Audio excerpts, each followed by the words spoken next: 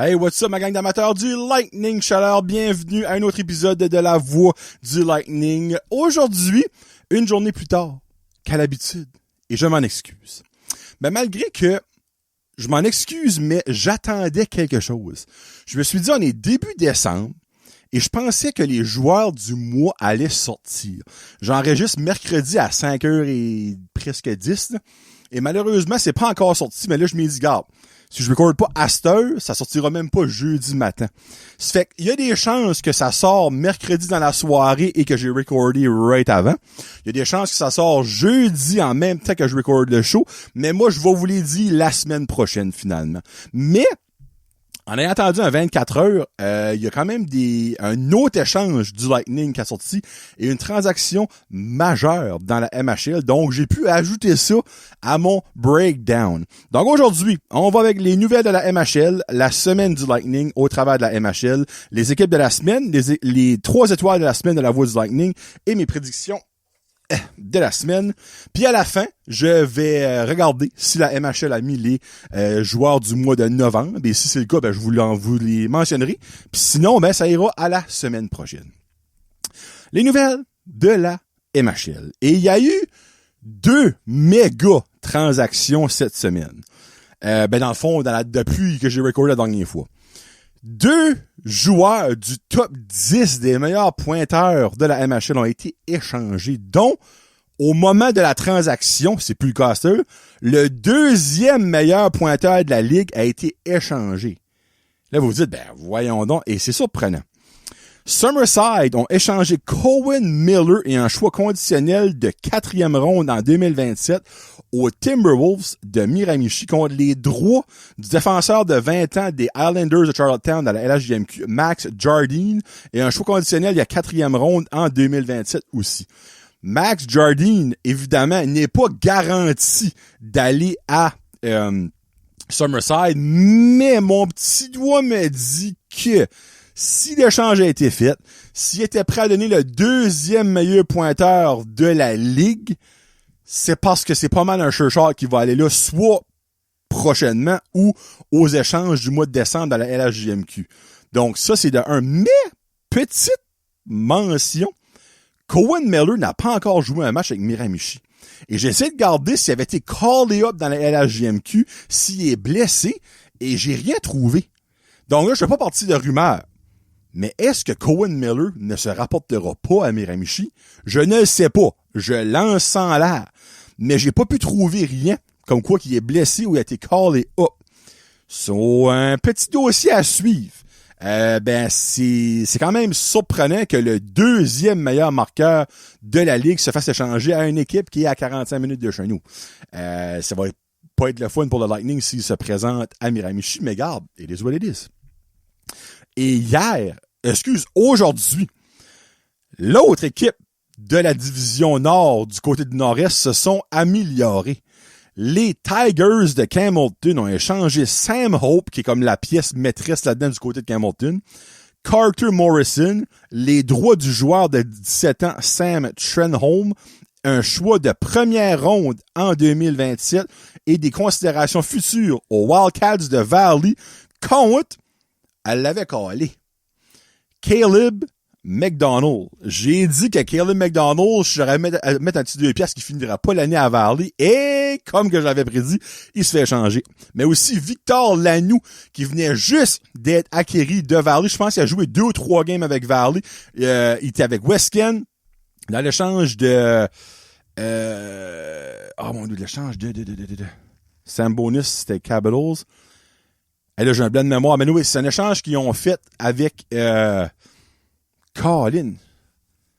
Je me rappelle plus c'est qui que Valley a envoyé à Westken. J'ai un blanc de mémoire. Mais maintenant, il est rééchangé de nouveau pour une 2e fois en une semaine et demie ou 2. Donc, Victor Lanoux aussi, qui est un membre important de cet échange-là, s'en va à Campbellton. Donc, eux aussi se sont améliorés. L'autre équipe qui est environ à 45 minutes de chez nous. Mais le Lightning, ça a aussi amélioré. On en parle dans les nouvelles du Lightning, donc ça me dérange un peu moins.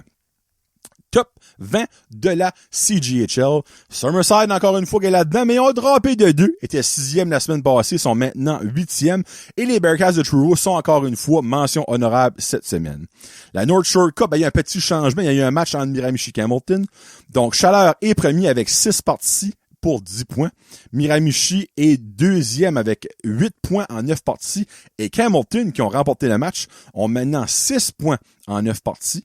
Donc, ça se resserre dans le bas. Il y a 2 points entre Chaleur et Miramichi, puis il y a 2 points entre Miramichi et Hamilton. Mais c'est l'affaire, c'est nous autres, on a 3 games de moins de jouer dans la North Shore Cup. Donc, c'est quand même considérable, veux pas. Et voilà pour les nouvelles. On prend une petite drink, puis on va avec la semaine du Lightning. Comme je l'ai mis sur le thumbnail, un voyage satisfaisant pour le Lightning et je vais pas me vanter, mais moi me vanter, je l'avais calé encore une fois. Le Lightning avait un piège cette semaine et ils ont tombé dans le piège. On en parle tantôt. Mais avant, 1, 2, 3, 4 transactions et un changement dans le roster en une semaine. Premièrement, comme que je vous l'avais annoncé en primeur sur le show la semaine passée, Joshua Plourde avait demandé une transaction et ça a été fait.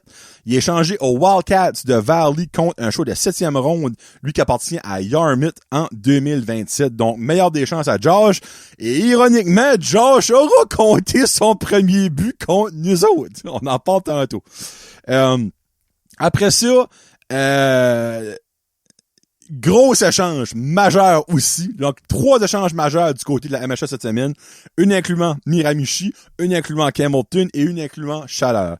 Le Lightning a échangé aux Mariners de Yarmouth Malcolm McDonald, attaquant de 18 ans.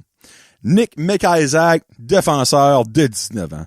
Un choix de première ronde en 2026 et des considérations futures contre l'attaquant Sam Roca, qui venait juste de se faire libérer par les Eagles du Cap-Breton dans la LHJMQ. Sam Roca est un attaquant de 18 ans originaire de French Lake au Nouveau-Brunswick, un right wing de 6 pieds 163 livres, qui a connu une très belle semaine, première semaine avec le Lightning.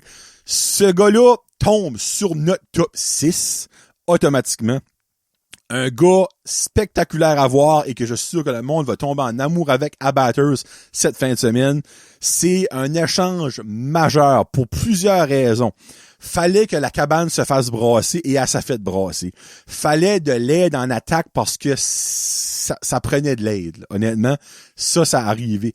Sam Roca a 18 ans. Si les astres s'alignent, il est avec nous autres pour 2 ans et demi.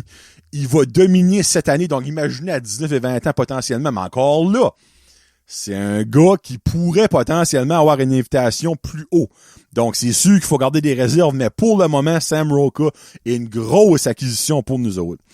Après ça, on a tombé avec un manque de défenseurs parce que Joshua Plourde est parti. Nick McIsaac est parti. Entre-temps, Michael Pilgrim s'est fait céder dans la SJJHL, la St. John Junior Hockey League, une ligue junior B à Terre-Neuve-Labrador. La même ligue que Mason Strong et Landon Toole, 2 autres joueurs du Lightning, sont dedans. Donc, sans compter que William Cossette est encore blessé, donc t'avais 4 défenseurs de plus là. Ils ont signé, ils ont acquéri le défenseur Easton Adrian de Nipah dans je pense que c'est la SJHL, je crois qu'il jouait. Un défenseur de 6 pieds 3, 195 livres de 19 ans, je suis pas mal sûr. Donnez-moi une petite seconde, j'ai comme oublié d'écrire ça, là. Tac. Non, défenseur de 20 ans, excusez. Donc, lui s'est ajouté à la brigade défensive, mais malheureusement, il n'était pas en uniforme en fin de semaine parce qu'il vient de la Saskatchewan.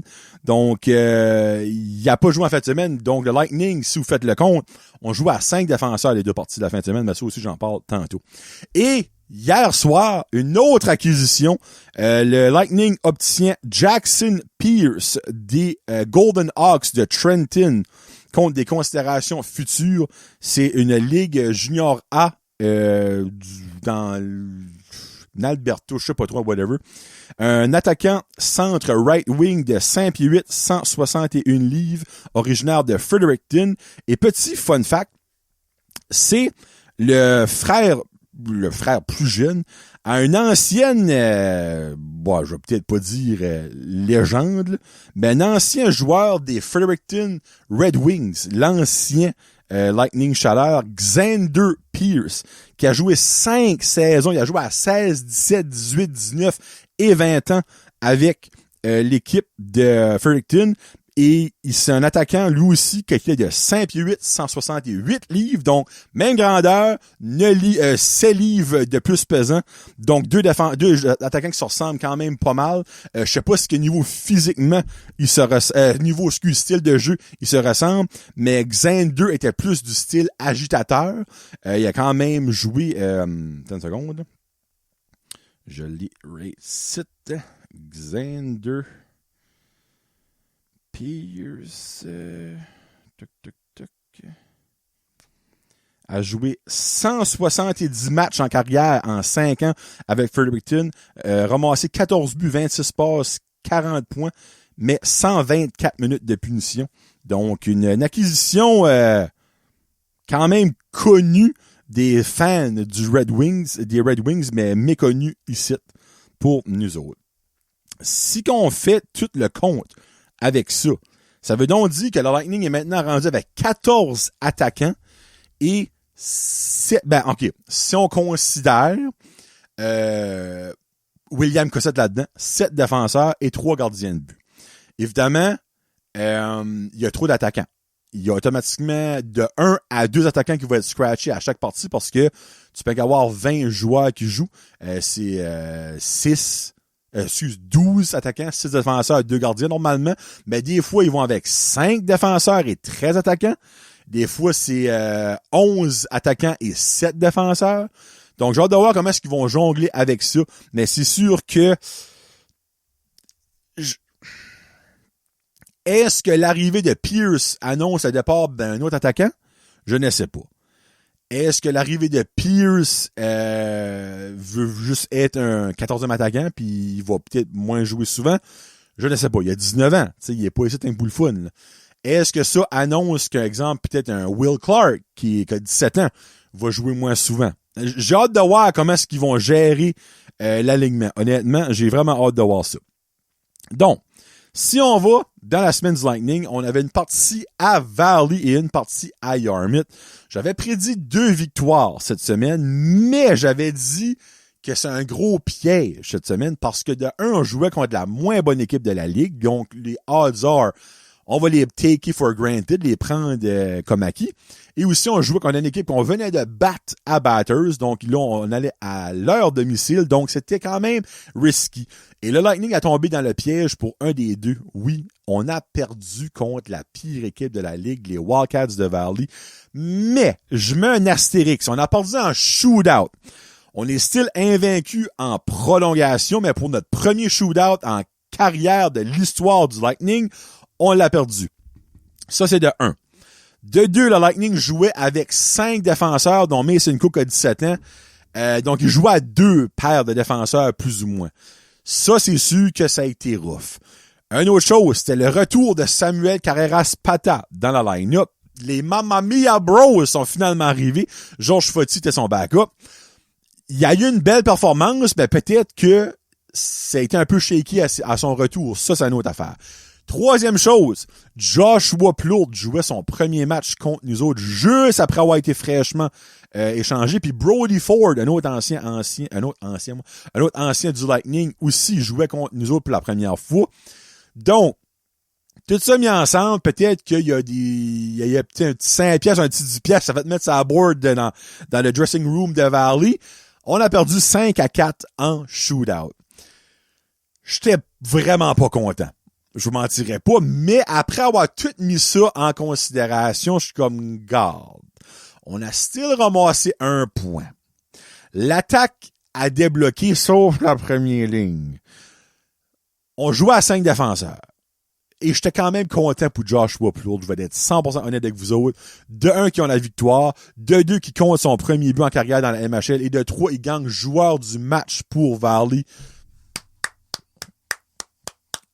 Je lui donne une bonne main d'applaudissement. Donc, après avoir tout pris ça en considération, je me garde. It is what it is. Mais bon.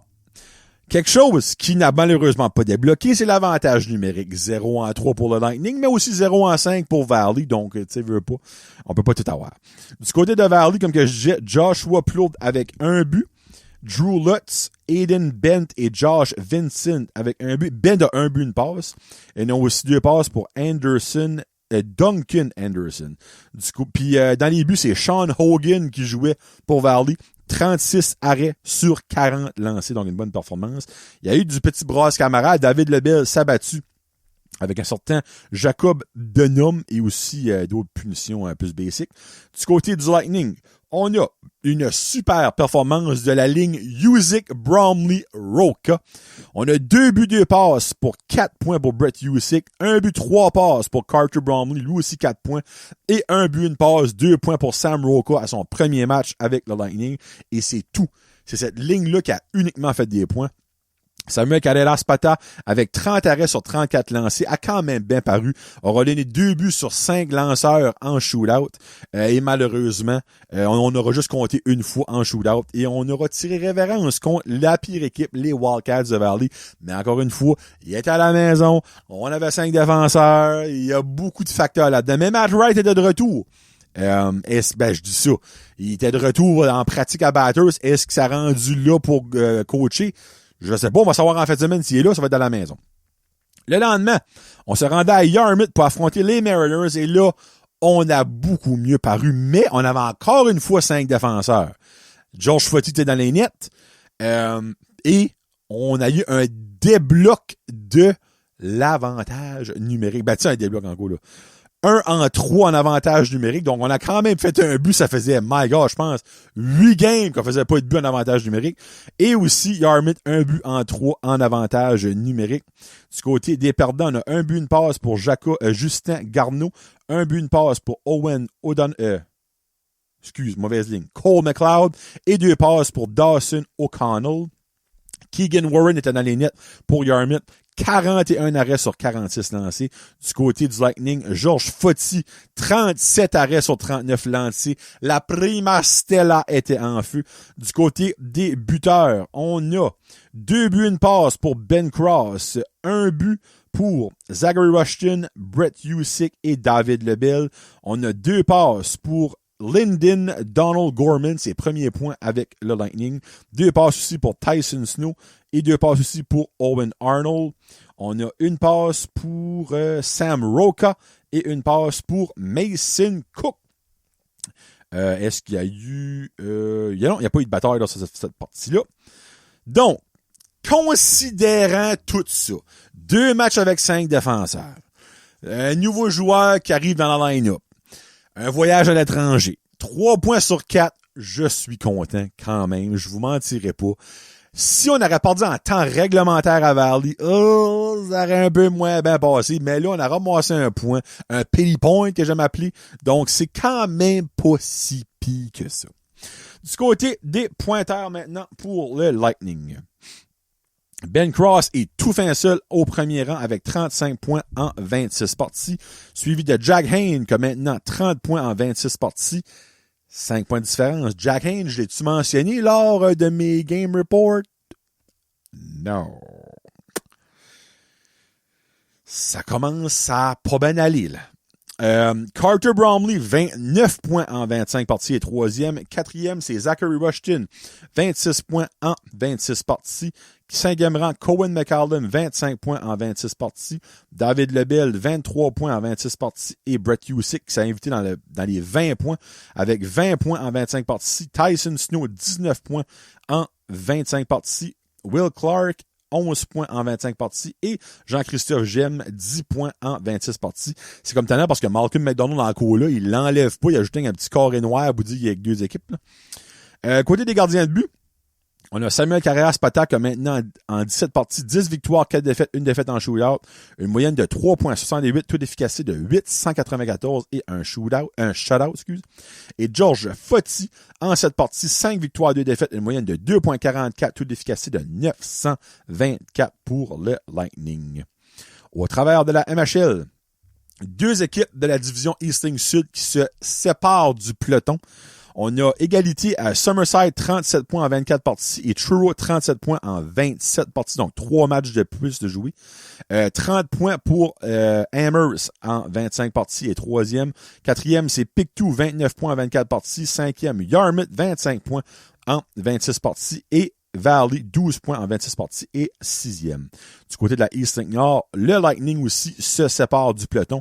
33 points en 26 parties. C'est 3 points de plus pour que les deuxièmes qui sont Grand Saut avec 30 points, mais en 28 parties, on a 3 points d'avance et 2 parties en main.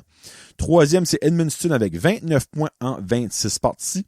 Les visiteurs, vendredi, une grosse partie parce que si on gagne ça, on tombe à 6 points de différence avec le même nombre de matchs, mais si ils gagnent, ils tombent à 2 points de nous autres avec un match, avec le même nombre de matchs, excuse. 4e, c'est Campbellton avec 27 points en 25 parties. West Kent, 5e, 27 points en 26 parties. Et Miramichi, 22 points en 25 parties. Au travers de la Ligue, Summerside est premier, suivi de Truro, Chaleur est 3e. Amherst 4e, Grand Saut 5e, Pictou 6e, Edmundston 7e, Campbellton 8e, West Kent 9e, Yarmouth 10e, Miramichi 11e et Valley 12e.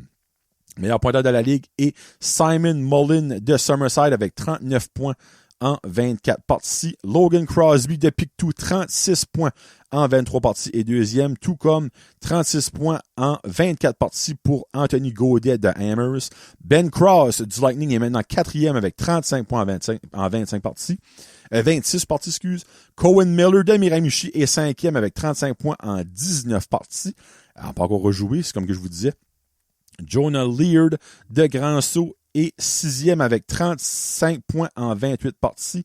7e, Jake Todd de Truro, 34 points en 25 parties. Darian Thompson de Edmundston est 8e avec 33 points en 26 parties.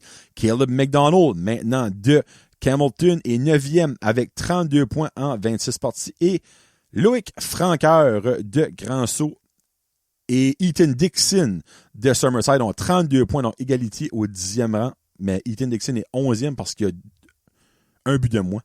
Donc, 26 parties pour Loïc Franqueur et 24 parties pour Ethan Dixon. Après ça, on a Jack Hayne, il est maintenant 16e meilleur pointeur. Il a été premier toute l'année et c'est une débandade totale. Jack Hayne, 16 points, 16e, c'est pas, je vais le dire. 16e, il a 30 points en 28 parties. Et Carter Bromley est 20e, 29 points en 25 parties. Je vais aller voir.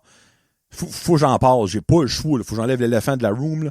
Jack Hayne a pas de points à ses 1, 2, 3, 4, 5, 6, 7 derniers matchs.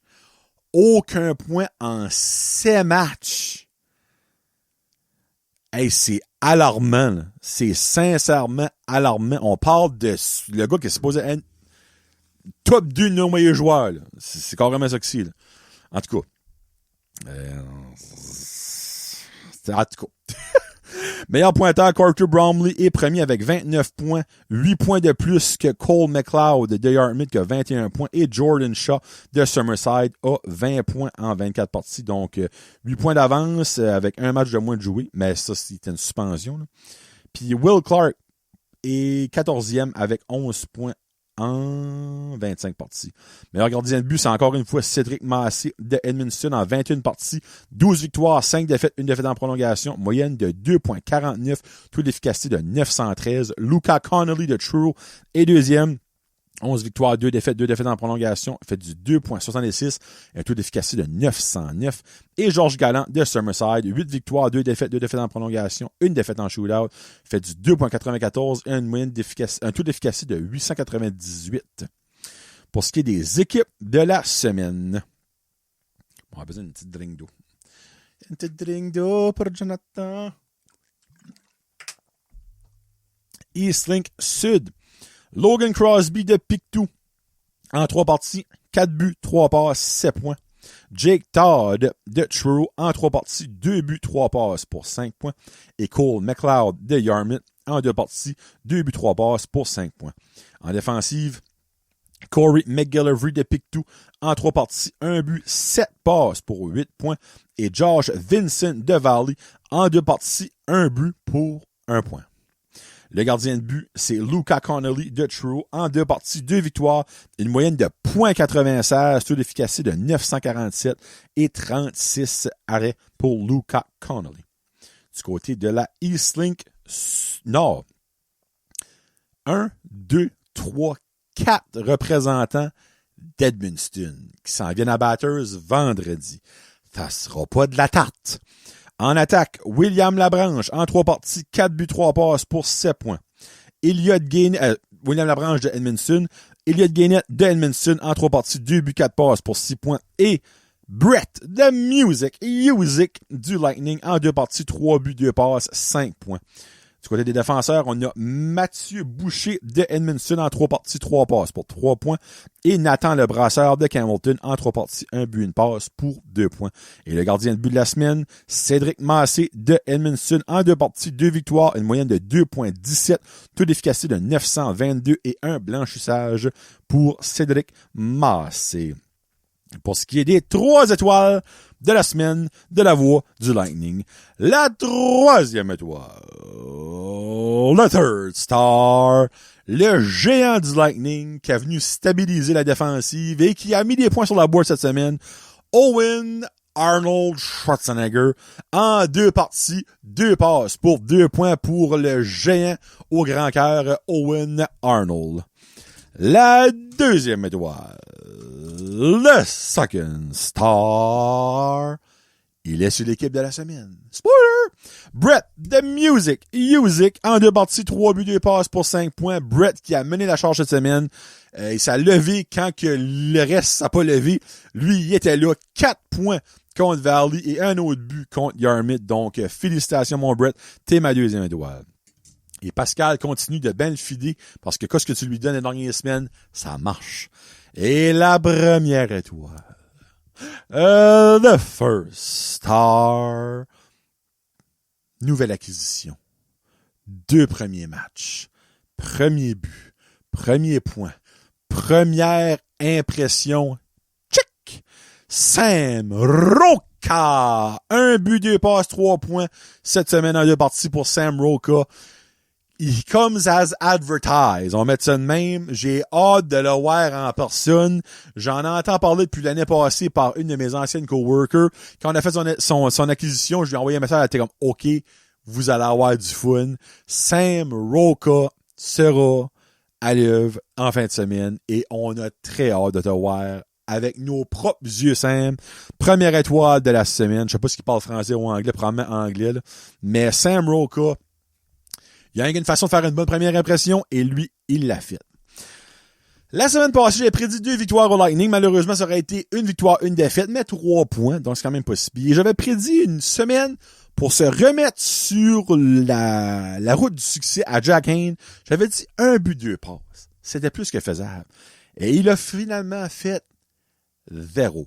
Jack. Faut que ça clique, là.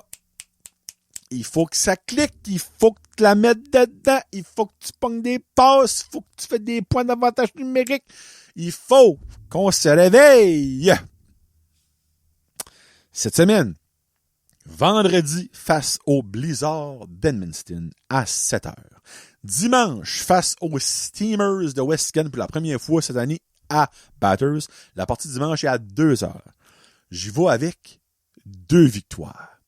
Je sais qu'à la maison, le Lightning, c'est pas facile. C'est très difficile. Mais on a trop de nouveaux joueurs qui vont vouloir faire une bonne première impression. Notre duo de Mamma Mia Bros est finalement arrivé. Ça va être les débuts de Easton Adrian. Ça va être les débuts peut-être de Jackson. Mon dieu de la vie, j'ai un blanc de mémoire. Jackson. Il y a trop de nouveaux joueurs, c'est quoi son nom de famille, ici? Jackson Pierce. Ça va aussi être les débuts de Sam Roca à Batters. C'est le temps de faire des bonnes premières impressions de leurs partisans. Donc, 2 victoires pour le Lightning cette semaine. Et ma prédiction pour le joueur Sam Roca, 2 buts, 3 passes, 5 points cette semaine. Il va vouloir faire un show à ses nouveaux partisans. Et quelque chose que je checkais, qui est comme quand même, c'est pas sa fiste. Mais moi, quelque chose que j'aimais avec le Titan Nuggets Batters, c'est quand il s'est séparé des transactions. Parce que moi, j'aime le changement. Peut-être dans la vie, pas de changement, pas d'agrément, là. Mais comme le Lightning, le changement, là, ils ont pas peur de ça. Là. So, basically, le tiers de la line-up, et peut-être même un petit peu plus que le tiers de la line-up du début de l'année, n'est plus là. C'est des nouveaux joueurs.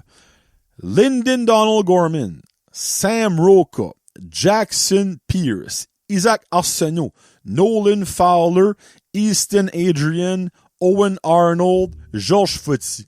8 joueurs qui sont maintenant de Lightning qui n'étaient pas sur la starting line-up du début de l'année. 8! Et là, on peut aussi dire Mathis Landry qui est venu et qui est déjà parti. Sont 9 joueurs. Et là-dessus, on a évidemment des joueurs qui sont partis. Qui ont été soit relégués ou sont partis. Mason Strong, on a Michael Pilgrim là-dedans. Joueurs qui ont été échangés. On a Nick Beattie, Josh Plourde, Brody Ford, Nick McIsaac, Malcolm McDonald, Mathis Landry, obviously. J'en oublie un. Je pense pas, actually. Je pense pas. Ben, c'est quand même beaucoup, là. Attends une seconde. Là, j'ai peur que j'en oublie un. So, ben, Chaleur. Ça, c'est ça. Josh Plourde, je l'ai dit. Malcolm, Nick. Après ça, on a Mathis Landry qui a été échangé. Nick Beattie, je l'ai déjà dit. Y a-t-il d'autres sites? Valley, Grand Saut, Brody Ford, je l'ai dit. Je pense que c'est tout, actually. Pas mal sûr que c'est tout. Ouais, là, je suis rendu au 10 septembre. Ouais. So, ça fait du changement, mais en même temps, c'est le fun. C'est le fun. Honnêtement, ben, c'est sûr que tu t'attaches à certains joueurs, veux pas, là. À un moment donné, il va falloir que les mêmes joueurs jouent so much ensemble pour que la cohésion reste là, là. Mais pour le moment, c'est ça que c'est. Puis vite fait, je vais aller voir si que la MHL n'a pas mis les joueurs du mois avant que je finisse ça. Et non. Donc, malheureusement, ça sera pour la semaine prochaine. Donc, merci beaucoup d'avoir écouté. On se voit à l'Arena cette semaine. Évidemment, il y aura l'après-match de l'épicerie Frenette vers 9h25, 9h30 vendredi après le match contre Edmondson. Et Loric sera avec moi dimanche pour l'après-match avec Westcan. Souhaitons que ce soit du positif, du beau. On aura des belles choses à vous dire et je veux vous voir à l'Arena. Donc, vendredi soir et dimanche après-midi, le Lightning vous attend et moi aussi. Merci beaucoup d'avoir écouté. On se parle la semaine prochaine. Hopefully mercredi. Jamais je croirais par ce temps-là que les étoiles du mois ne seront pas sorties. Fait que c'est Johnny le Jaseux pour la voix du Lightning. Peace out. Hashtag Go Bolts Go. Let's go. Let's go! Let's go!